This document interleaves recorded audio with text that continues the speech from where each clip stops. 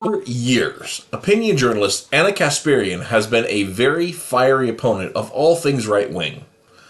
They say that a conservative is just a liberal who's been mugged, and that seems to be exactly the case for Ana. Ana had a violent run-in with an assailant a little while back, and for the last year or so, many of her positions seem to be evolving. When I look at my life right now, and I ask myself, which political party has made my life worse? It's not the Republican Party.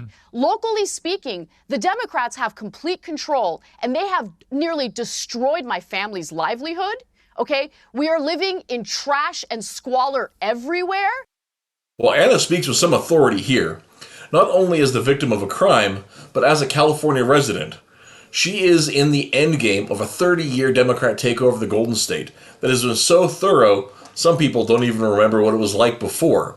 So Ana and her family have a front row seat.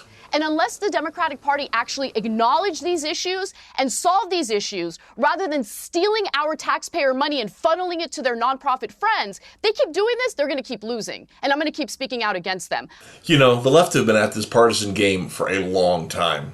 They've used it to turn former rock-ribbed conservatives who just want to be seen as reasonable or working with the other side, and has turned them into mewling, milquetoast neocons, rubber stamping the liberal agenda, all in the name of civility.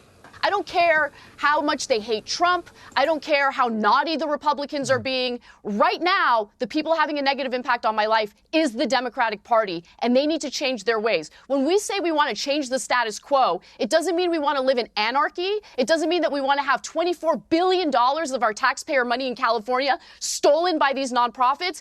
It is so weird to hear Ana talk about government accountability. I mean, to be fair, she always wanted the military to be accountable. She always wanted the police to be accountable. But she